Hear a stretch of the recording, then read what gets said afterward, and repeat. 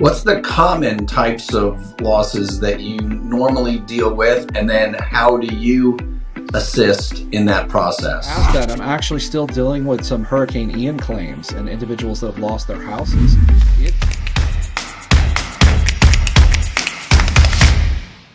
Hello, everybody. Thanks for tuning into another episode of Property Pros Podcast. I'm your host, Peter Laframboy. I'm Mark Goldwich. We are public insurance adjusters. We have a podcast about all things related property, and today's guest is Tommy Whitehead from Tomco Solutions. He's a licensed residential contractor. Tommy, thanks so much for being here. Why don't you tell our audience a little bit about yourself and how you came to be in your career, here today, and how Tomco came to be? Well, I appreciate you guys having me on. It's an honor to be on your podcast. You got some great tips, and I'm glad to be a part of those now. So, oddly enough, I used to be a director of finance. So, talking about shifting career gears, about 10 years ago, I was in accounting and finance for hospitality operations. The market kind of changed, and I got the opportunity to move into what's called rental renovations. And so, it was large companies snapping up properties, renovating them, and holding them for rental.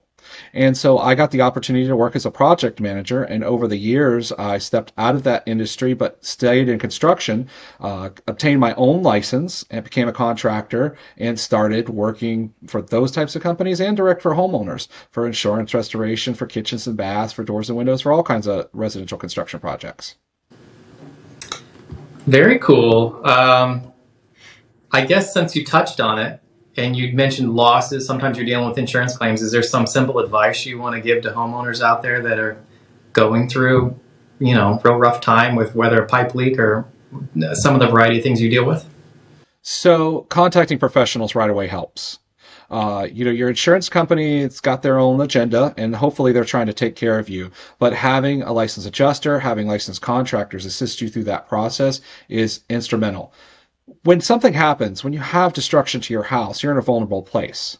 And so sometimes we don't always think clearly when we're in a vulnerable place. When you hire a professional to come in, like myself, like you guys, we know how to properly document. We know how to get the proper engineers involved. We know how to communicate that information to your insurance company, and we know how to help make you whole again, that's the point of insurance, is to try to get you back to normal. All right. What's the common types of losses that you normally deal with, and then how do you assist in that process? So I'm glad you asked that. I'm actually still dealing with some Hurricane Ian claims and individuals that have lost their houses. It took months to get insurance payments. Even a house that had a tree on it that was completely destroyed, it pulled a block wall down. We had insurance adjusters from the carrier say, tarp it and move back in. Trusses destroyed, blocks destroyed. I had an engineer on site in a week and documentation that houses were not habitable, and they were still trying to get them to move back in. So having that documentation helped a lot. Having that professionalism, helped them get the claim processed. It's sad. It has gotten a lot harder. Mark and I have been doing this a long time, and it seems like every single year they just make the bar even higher and higher. There's something else that we want to touch on with you that I think you wanted to get out there. Can you tell me about your role in diversity within the construction industry? Absolutely. I'm glad you asked. So for those of you who don't know about DEI, Diversity, Equity, and Inclusion, my company is a licensed LGBTE business entity. There's only 50 of us in the country that are registered. So we represent a very small segment of the construction industry. We promote diversity and inclusion. We want everybody to be involved. But there are still challenges in our industry and other industries for individuals being represented. So I'm out there. I'm a founder of the Pride Construction Coalition to help advocate for LGBT diversity. And I hope that we don't need these initiatives in another few years. But right now we do, so that everybody can have an equal shot. Well, that's pretty interesting. So what do you mean there's only 50 companies that register themselves as diversity, the DEI? Yeah, absolutely. So the National Gay and Lesbian Chamber of Commerce conducts an interview with companies, and there's probably about 2,000 total companies, but only 50 in the construction industry. And those are companies that are owned by LGBT individuals. And so it's a process of verification, and it helps them with presenting themselves to individuals that are looking to hire diverse talent. Awesome. So people can find you on particular websites that there's obviously less competition there than other places, right? There are. I always say it comes down to skill level, but it doesn't hurt that you're getting, diverse representation. Even here, I've had colleagues in the construction industry be told that, hey, we know you're gay, but just don't tell any of our clients that. That's still happening. Oh my God. It's amazing. Well, and I can imagine sometimes people might feel more comfortable in their own home if they have somebody who comes in who understands, because, if you have a person from a particular type of lifestyle, it just is, they don't know who they're hiring, they don't know where they're showing up, they show up to a job and then they're just like, whoa, they water and oil. And, it's not all just about hiring LGBT contractors. It's just about recognizing that it's another community segment, it's another client base, and how you address it so that it's not a shock when you walk in and see two guys talking about a kitchen layout or two ladies talking about their bathroom. It's just, okay, this is another family, this is a client, a potential client. We want to sell the business and give them the best service we can. That's really what the diversity is about. It's like, hey, can we just give the service equally to everybody? That's awesome. I really like that. Yeah, I would think being in these specific groups or being in the national program, that helps with your networking efforts. You're meeting other like-minded folks, and it's just another form of networking. What else do you do to network? So I'm a member of BNI, Business Network International. I'm actually heavily involved in that. It's great for the trades. If you can find a local chapter, it's excellent for painters, for electricians, for plumbers, for adjusters. It really gets your name out there in the community. I am a member of the Tampa-Club, which is a city club here in the city of Tampa. Beautiful views from the 42nd floor of the Bank of America building, with people from all different professions that attend events and networking there. I do public speaking, a lot of volunteer work, as I mentioned before, launched the Pride Construction Coalition, and I just try to get on the community and say hello, help where I can. And, I had a great breakfast this morning with somebody that's extremely interested in affordable housing. And they come from a medical background and want to get into housing. And so it's kind of neat that I'm able to discuss this with other professions that you wouldn't think. What would a medical profession have interest in housing? Well, they do. Every profession has interest in housing right now. So I could be the contractor to help them bring their network, their fruition, their dream, to fruition. I'm sorry. And so it's kind of cool. Oh yeah. And that's a great testimony for networking. And we're both in different BNIs. We actually have 5 adjusters in 5 different BNIs just in the Jacksonville area. And so obviously we're big believers in that as well. And I'm in a number of other networking groups. Tampa-Club, is that a civic organization? Is it just a business networking? What is that about? It's a private members-only club, and it is targeted more towards business members. So it's open to anybody that applies and pays the initiation and membership fee, but it's designed to be where the Tampa professionals connect. And so a lot of our organization, a lot of our tradespeople, they don't get out and network. They just, they're great in a house. They're great repairing. They're great renovating. They feel a little uncomfortable putting themselves out there. But so many of us don't network that when the few of us that do network get out there and are seen constantly, you get calls. It's ridiculous. How many calls from people you met weeks ago, months ago? I have no idea who they are, and they'll give you a call. And so, to our profession, please get out there and network. Say hello. The community needs your services. And the Tampa-Club is just, another one of those elements to work on larger scale projects. Yeah, and then they wonder why their phone's not ringing or why they're not getting as much business as they want. It's hard. It's easier for him to get out and do it. It's a lot harder for me. I'm more of a introvert, I guess, when it comes to those kind of things. But that's okay, because I don't do it just for me. I do it for the office, for everybody, and just to get the name out there. Yes. And so and we don't need maybe we don't need multiple people going to the same groups. So I do a lot of similar things to you in the public speaking and the community involvement and the other things that I have I'm fortunate enough to have the time to get the name out there, to always take a picture or a little video and to put it on social media so that people can see us out and about in the community. Yeah, I do a segment called Tommy's Travels now with all volunteer work, or whether I'm dining with somebody, I'm meeting with another trade, meeting with other BNI members. And I always hashtag it on my LinkedIn profile. And it's become relevant. People are like, okay, we kind of know Tommy now. And then they start to put me synonymous with construction. Or God forbid another hurricane hits. We know another hurricane's going to hit. Who are they going to call? They have somebody that they know and feel safe with to give that conversation. People want to do business with their friends. And our trades people, when they get out there and just start saying hello, they remember you. They know you, and they know, hey, I've got a person for that. That's pretty cool. That's separate than your regular LinkedIn, or it's on the regular LinkedIn page? It's on my regular LinkedIn page. Yeah. Tommy L. Whitehead. You can search me. I'm pretty findable. Yes. That's pretty neat. So, since we know that you do lots of different types of renovations, I'd like to get into describing why it's so important to have a licensed GC instead of just, hey, I'm going to pick this contractor, that contractor, and try to put the puzzle pieces together. Why don't you give our audience a little reasons why it makes sense to have licensed GCs like yourself work for them? Absolutely. So first of all, there's an experience and testing requirement that's verified by the state. There's insurance and sometimes bonding requirements, credit requirements. These are all processes you have to go through to obtain that license. As a handyman, there's some great individuals out there, renovators, there are great individuals out there, but they don't have that obligation. Certain contracts can't be enforced unless they're directly with a contractor. So you may have some issues with contracts where you signed with somebody else that is not a contractor, and you may not be able to enforce that contract. It gets challenging. You have less repercussions if you have, or less availability remedies to you if you have a vendor that's not licensed by the state.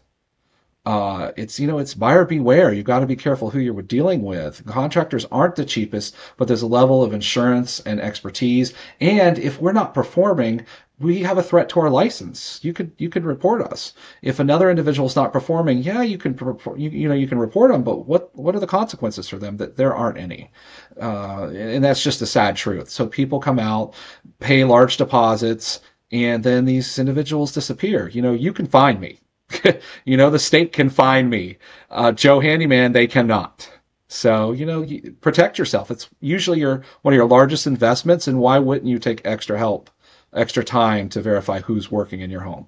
Yeah, I agree. And so, what's the cost to hire a residential contractor, and maybe even what's the cost not to hire a residential contractor?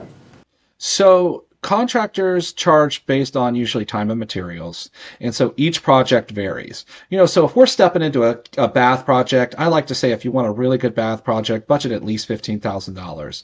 If you want a good kitchen project, budget at least $25,000. Look at your options, what you want to do. Not hiring a contractor can definitely be cheaper because they're going to be like, I can get this less expensive. I can install this from this and that from that. Well, they're probably not using the best quality materials. I don't necessarily go to every box store to buy my materials. I have specific suppliers that prefer better quality materials that they sell to me. When getting into pricing, you want to be buyer beware of it. Is it too good to be true? Hey, I can do that kitchen for $2,000. Really? Well, I mean, how can, I might be able to install a pantry for $2,000. I probably couldn't even do that. So is it too good to be true? Are they asking for a 75% deposit up front? How many times have we seen, and I'm sure you have seen this before, of people giving large deposits and they trust and they believe, and then all of a sudden you never hear from an individual again. What should the deposit be up front? I think that it is an industry standard. And so it depends on the structure and the size of the projects. And yes, I do take deposits up front, but I make them marginal. Usually they're no more than 25%. Quite frequently, if it is a planning phase where maybe it's like a project that's 6 figures, it might be that there's a smaller deposit just to get through permitting and engineering. And once I get through permitting and engineering, then that's when the first deposits come through. But anything over 30% is suspect. You want to be careful unless you're something very specialty or custom. Like, for example, windows, that's a very custom project. You have to measure out. There's several series that you have to go through. And once you pull that order is purchased. It is no halt, stop, or return. So you will see a couple industries that have higher deposit requirements because of that. Windows. I got to get windows myself, and I'm dreading it. Give me a call. It's a referral. B&I referral, come to Jacksonville.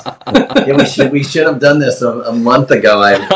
We needed a sliding glass door for a while, and when I joined the BNI, there's a guy in there, and they specialize in windows, and so I'm getting. Finally, after 20 plus years, we're gonna get the new sliding glass door. Nice, that's awesome. Yeah, you won't know what to do. You'll go to open that door and it'll come flying open because the wheels are so new.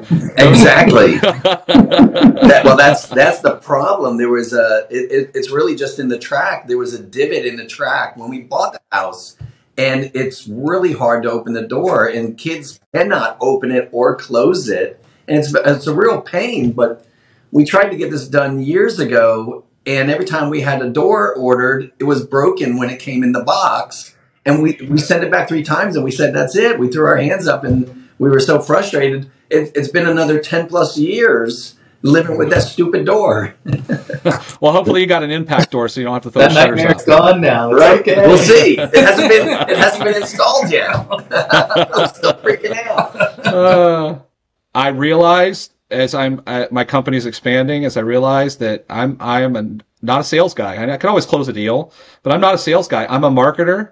I empathize with people, especially these 2 people that they lost their houses. I mean, they've already ran out of ALE before construction started.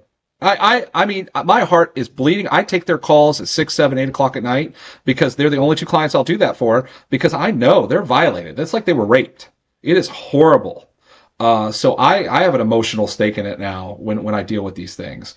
I've got 2 hurricane claims right now. One of them was with UPC, and they're still trying to figure out how the hell to get that claim in. And they need to have all the drywall gutted now at this point and everything redone. And I know they've got, we'll call it growth, because I don't qualify for that, but we know what it is. It's going to be in that house. It's got to go down to studs. We're going to have to be out of their house for a few months. They can't even get started. I have another one, same thing. It might be builder defect, but it was started with a hurricane, and then each are pointing to each other. Insurance is pointing to builder's pointing to insurance right now. They get a public adjuster. Somebody's like, oh, it'll be 12 months, and then they're not responding. And I'm like, so they call me and I say, well, I'll talk to your adjuster, but I'm not going to step on their toes. If they contracted to do this, obviously I can't adjust a claim. I can write estimates and I can work with your insurance companies to justify it. And I've been really successful doing that. But I said, I'm not going to step on their toes by going around them. I said, if you can cancel with them and that's between you, them, and your attorney, and you need help, that's fine. If you want written estimates for repair, that's fine. I'll help you where I can. But we're still doing with this stuff. And Ian was 10 months ago now? 6, 7, 8 months ago. 8, 9 months ago. And, for sure, you are a salesman, not only for yourself, but for many other companies as well. Yeah. Yeah. And I like to have relationships with guys like you. Like, I want to meet more adjusters. Can I argue back and forth with an insurance company? Yes, but I don't want to. Giving up 10% of what I would get, that's fine. I mean, because ultimately I got to fix the price with them or help them out. But then I come across a guy that $50,000 for one tree removal, and they don't have enough to rebuild their house. Wow. $50,000 for a tree. In comparison, I had an impacted tree in a house and removed 6 massive trees for, I think I charged the client 20 and only paid 18 maybe. I've had tree guys tell me, the insurance sent me, I have to do this, you need to give me approval. I'm like, no. They get the homeowners upset. The homeowners are like, we have to do that. No, you don't. That house is coming down. We're destroying that house. Why are we going to pay him $50,000 to crane this out of the house when we're about to collapse the damn thing? I said, let's wait until it slows down and deal with it then. And I'm glad they did, because they would have been under budget to get their house too. Wow. You're thinking about it the right way. Yeah, it's a strategy. I mean, I worked with these large investment funds like Zillow and OfferPad and Open Door. I've literally been in thousands of projects. We were doing 300 renovations a month at one point. And as a project manager, I was on that side. And so I know how to get in and out of a job. I know how to value engineer. I know how to think logistically about it. You know, I'm not paying to have a septic tank craned into the back of this house I'm rebuilding until I knock down the house. Then they don't have to get a crane to hoist the damn thing in because they can just drive over and not screw up the forms or anything else. They'll put the tank in before I build the house. You know, it's just about the order of operations, but all those guys, they only care about their piece and what's easiest or most profitable for them, and they ignore the project. So I tell my clients, I said, you're going to get these calls. And I said, it's going to happen. But you got to trust me. That's why you hired me. I've been here, the one answering the phone. So, you know, go around me and it's just going to hurt you. But it's interesting. You're thinking more about these things in a different way than people who have been in construction for 20, 30 years, and you're fairly recent, or relatively, you know, recent to it. yeah, I mean, I'm working on a deal right now. I'm trying to start a private equity firm. I want to do 50 new builds. I want to do a build to rent program. So I'm talking with a ton of investment companies about that and just using that value engineering. I'm not like the builders. They can't get into build to rent because they want to build these 2,200 square foot houses. That's not a rental house. They have their comfort zone and profit margins, and that's what that makes sense. When you get into a rental house, it's 1,600 square feet, a 3-2, a 4-2. It's designed for a family that doesn't have the cash to, you know, buy a house, but still needs to be able to get rent. You know, I call it affordable. $2,400 is what's considered affordable now, or at least market. So I figured out that with the connections I have now with the Tampa-Club, with BNI, with everybody else that I've met, that's my passion. And then I do a ton of nonprofit work, and I get calls like you wouldn't believe, just from speaking and just from volunteering and collecting 200 pairs of shoes for foster children and just the crazy stuff I've done. And I don't pay for marketing. I have a PR company now to get me out there, but yeah, it's been. I can't believe the number of people I've seen in construction that fail at it. I can believe they fail at it because it is complicated, but they just don't put themselves out there. How many people tell me they're too busy for BNI and next month they're bitching because they don't have money coming in? I'm like, that's because you're not sitting there every week. You got to keep them visible because we may not have anything coming in from BNI for 3 months, but the first hurricane hits and who's going to get a call? I'm going to get millions of dollars of business from BNI if a hurricane hits the state. That's part of why I'm, and it is. Yeah, they know. Today was my presentation actually, and I showed a bunch of they all wanted to see disaster photos and numbers. They want to see disaster photos and numbers, and I said, here's what they started with, here's what we ended with, and they're all blown away by it. So I was talking to our health insurance guy that did his numbers and it did his presentation on Tuesday, and it's paragraphs and paragraphs of text. I gave him some pointers on using examples and stories rather than raw data, but I said, it's easy for me to say that because I show a destroyed picture and a fixed picture. It's all ooh and all. Everybody wants to see that. I actually do a Lego building activity when I do my presentation called Building Relationships with Your Contractor. And in my 8 minutes, I put a small Lego building out, and you have to build your own version of a house as I'm giving my presentation. So I keep people interactive and entertained with what's going on instead of staring at a slide. But I have an easy product to work with. A pretty kitchen. Yeah, a 1980s mobile home kitchen that turned into a brand new renovated one. You couldn't even tell it was a mobile home anymore. That's easy to sell. It's easy. Talking about life insurance rates, that's pretty damn hard. If you do it now and Becky dies at age 42, you can roll over to an annuity and whatever. Right. That's for sure. You were not built for that other business. No. Mm-mm. Well, all right, Tommy, this has been really nice. Tommy with Tomco Solutions, a licensed residential contractor. Tommy, why don't you let our audience know how they can get a hold of you specifically for projects that they have in mind for you to do? Absolutely. They can take a look at my corporate website at tomcosolutions.com.